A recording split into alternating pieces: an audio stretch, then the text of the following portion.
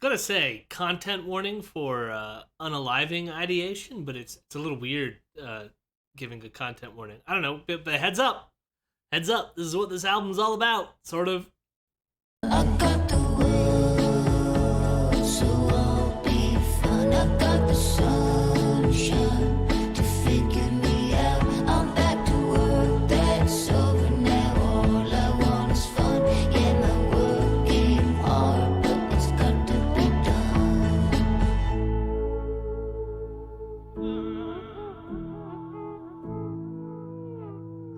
Youth Lagoon is back for their fourth full-length studio album, Heaven is a Junkyard. I have been a fan of Youth Lagoon since their debut album, The Year of Hibernation, released in 2011. This was followed by the incredible Wondrous Bug House that was released in 2013. The last Youth Lagoon record dropped in 2015, titled Savage Hill Ballroom. Savage Hill Ballroom? I think it was Savage Hill. Which was not their strongest release in their discography, but still had some incredible tunes on it, like No One Can Tell or the incredible Highway Patrol Stun Gun. But then, Youth Lagoon was no more.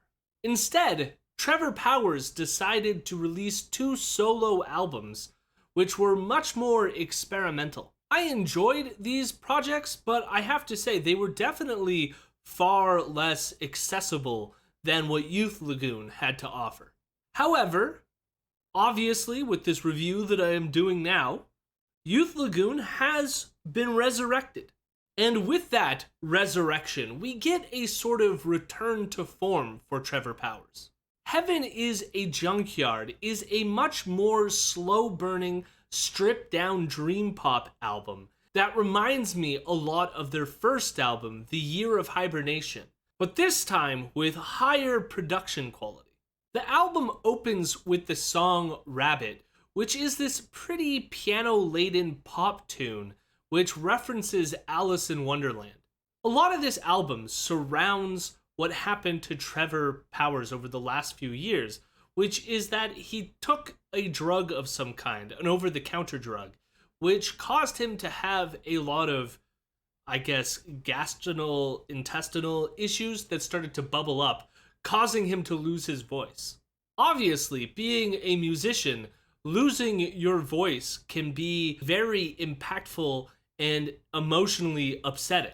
Even though the lyrics on each track are not necessarily as direct, that sort of spells this all out, you could still pick up little hints here and there, like the fact that in this opening song, Trevor is singing about falling down this rabbit hole while a cowboy is losing their voice.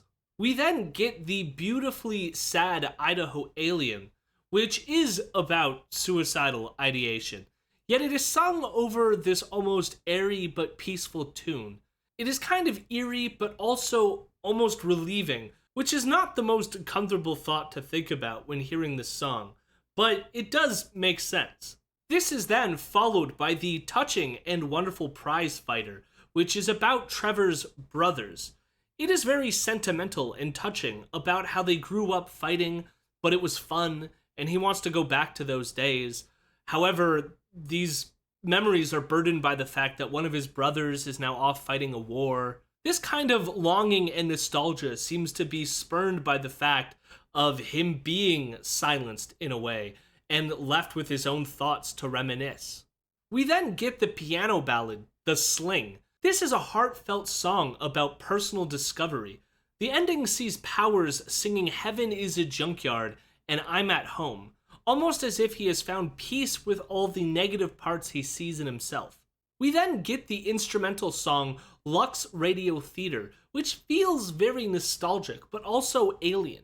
You have these very soft pianos that also reverberate, giving it this natural sounding dream pop aesthetic, but combined with this static effect and these almost alien-like sounds in the background. It is both peaceful yet haunting, which is the vibe through most of this album. We then get the song Deep Red Sea, which again deals with drugs, possibly abuse. It has this very tragic sense to it, as if staring at something painful but distant. The music is this almost warped piano with this constant dripping, which goes well with Power's singing, "Spread that blood like butter." There is also this wild synth effect that comes out of nowhere, piercing the stillness, combined with an almost robotic version of Power's singing backup. It is again another haunting tune. In the song Trapeze Artist, Powers is a lot more direct about the fact that he lost his voice. That sense of losing the things that he loves puts things into perspective, like walking on a thin rope, hoping God is there to catch you if you fall.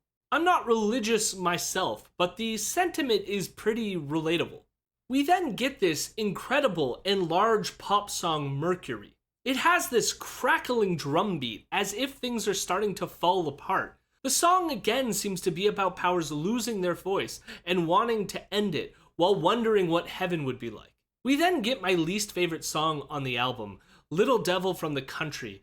Powers sings with an effect that makes him sound lo-fi, and it feels very weird. The song is also hard to follow.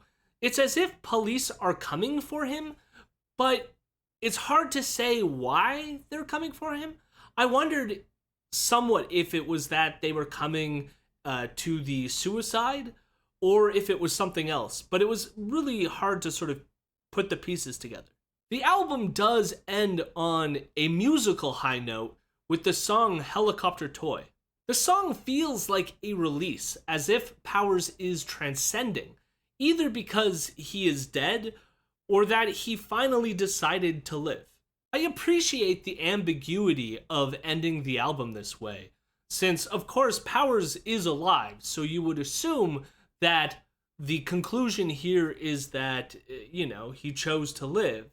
But there's also a way that you can read into this that the character that he developed on this album is actually dead, or maybe like metaphorically dead.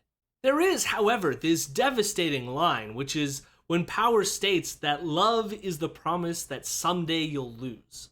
It just does a great job of leaving you with a sense of finality. It is hard for me to say much about these songs because the emotional weight is best conveyed by just listening to it.